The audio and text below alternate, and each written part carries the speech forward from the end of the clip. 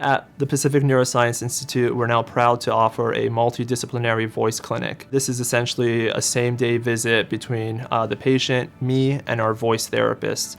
The efficacy of these visits is tremendous in that we get to discuss any numerous options of intervention and treatment at the same time, saving our patients time as well as numerous visits. At the Pacific Neuroscience Institute Joint Voice Clinic, we typically see all voice and upper airway disorders.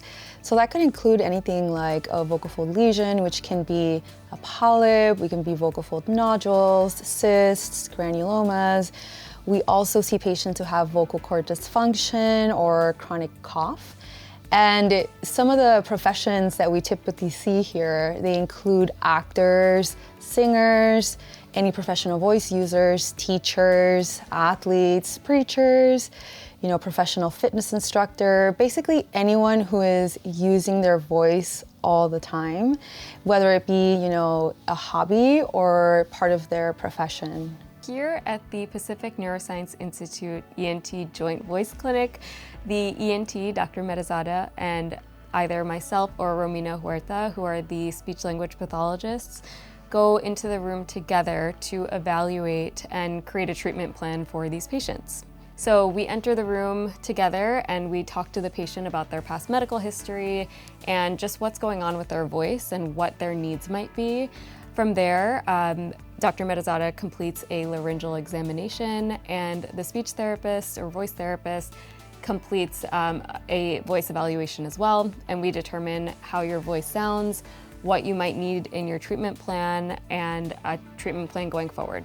Depending on what we see going on with the vocal cords, treatment can include voice therapy, in-office vocal cord procedures, as well as vocal cord procedures under anesthesia. Generally, voice treatment with a voice therapist can include approximately 4 to 12 sessions with a voice therapist. Surgery, again, depends on what is going on, whether the patient's suffering from nodules, polyps, cysts.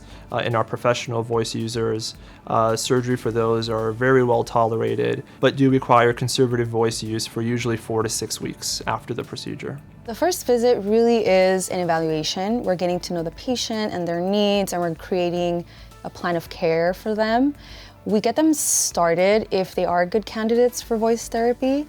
But in the second visit, we review anything that we might have gone over with the ENT that could be important, such as, vocal hygiene, some of the things that they're doing to take care of their voice. But we also really dive deep into, what are the strategies that this patient needs in order to use their voice much more effectively.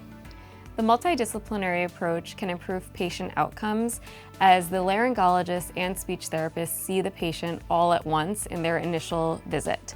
So because of that, some patients will be traveling from far away and they're able to see 2 providers at one time and develop their therapy and treatment plan all at once. Whether that patient needs a surgical or procedure or if they need just therapy, the ENT and voice therapist can join together to create that plan.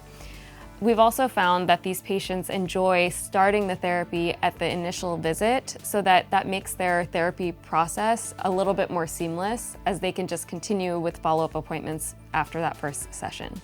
Our team is very special. We work with a lot of professional voice users. We have a lot of experience working with singers, with actors, and I think my patients will always say that they love knowing that we have that experience. I myself am a professional singer, so I understand a lot of what my patients go through, and I think having that background, our voice therapists and our doctors, we can really give the patients a very holistic approach where we are looking at them from a medical standpoint, but we're also looking at them from, a very personal point of view, where we're saying we understand what you're going through. We've seen this a lot. Many times patients will say, have you seen this before? Is this the first time you're seeing this? And when we tell them, no, we see this every day, a lot of times they're very shocked. So the experience that our team brings is something that's very special. So if you're experiencing any voice issues, please feel free to reach out to the Pacific Neuroscience Institute. We'd be happy to help you in collaboration with our speech-language pathologists.